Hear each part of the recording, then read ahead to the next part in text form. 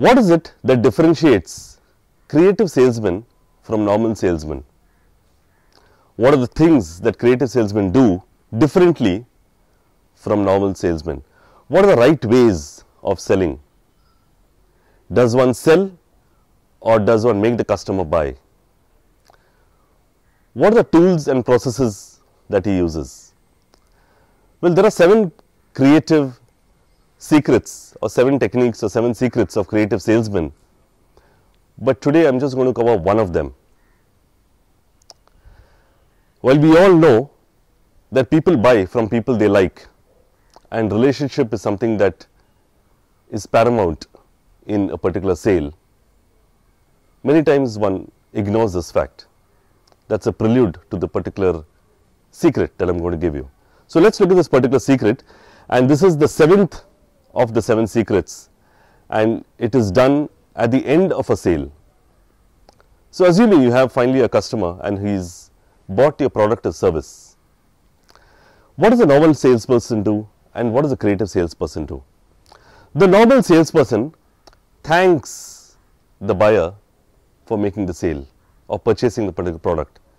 Thank you, Mr. Customer, you have purchased this shirt, this house, or this particular services, spa services, or whatever it could be. Thank you very much. Because of you, I have benefited in so and so manner, probably met my targets or probably got my profits, etc. So, there is always a mode of thanking the buyer for a sale. That is a normal salesman.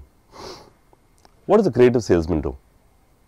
And normally I pause and wait for the audience to respond. So, the creative salesman congratulates the buyer for the purchase. Congratulations, Mr. Buyer, with this particular purchase that you have made, your esteem and fame will rise higher than before.